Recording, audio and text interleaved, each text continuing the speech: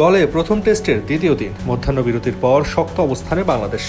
তবে চা বিরতির আগে নামে বৃষ্টি, আকাশে বৃষ্টির কালো মেঘ থাকলেও টাইগারদের ইনিংস এখন আলোকিত। অভিজ্ঞ মুশফিকুর রহিমও আগাচ্ছেন ডাবল সেঞ্চুরির দিকে। ক্যারিয়ারের 42-50-র বিপরীতে 12 সেঞ্চুরি, আবার সেই 12 সেঞ্চুরির মাঝে 7 বার গিয়েছেন 150 পর্যন্ত। মুশফিকুর রহিম টেস্ট ফরম্যাটে 150 রান বা ডাবল সেঞ্চুরির সঙ্গে অপরিচিত নন একেবারেই। তবে ডাবল সেঞ্চুরির সঙ্গে সখ্যতা একটু কমই বলা চলে। সবশেষ পাকিস্তানেও আউট হয়েছিলেন 191 রানে গিয়ে।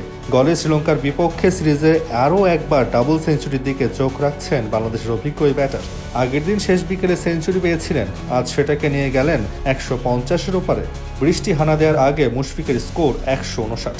মুশফিককে বড় রানের পথে সঙ্গ দিচ্ছেন লিটন কুমার দাস। ক্রিজে আসার পর থেকেই খানিকটা ওয়ানডে মেজাজে খেলছিলেন। আগ্রাসী হতে গিয়ে বিপদে যে পড়েননি তা না, তবে ক্যারিয়ারের 18তম 50 ঠিকই তুলে নিয়েছেন। খেলা বন্ধের আগে তার ব্যাট থেকে এসেছিল 61 রান, আর দুজনের এই জুটি থেকে বাংলাদেশের স্কোরবোর্ডে জমা হয়েছে 114। বাংলাদেশের সংগ্রহটাও তাতে বেশ পুষ্ট। 4 উইকেট হারিয়ে 423 রান করেছে ফিল সিমন্স শীর্ষরা। এর আগে দিনের শুরুতে ফিরে যান নাজমুল হোসেন শান্ত। আগের দিন 136 রানে ড্রেসিং রুমে ফিরেছিলেন শান্ত, এদিন 148 রানে ফিরে যান তিনি।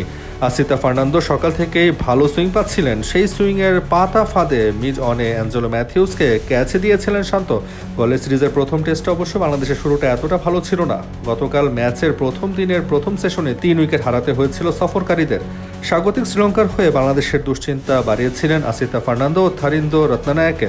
এক পর্যায়ে 35 রানে 3 উইকেট হারিয়ে ফেলে বাংলাদেশ। সেখান থেকে টাইগারদের পথ দেখিয়েছেন দুটো দারুণ জুটি। প্রথমে মুশফিক শান্ত মিলে যোগ করেন 264, এরপর লিটন ও মুশফিকের জুটি থেকে এসেছে আরও 114 রান। সব মিলিয়ে গলে এক প্রকার দাপুটে সময় পার করছে টিম বাংলাদেশ।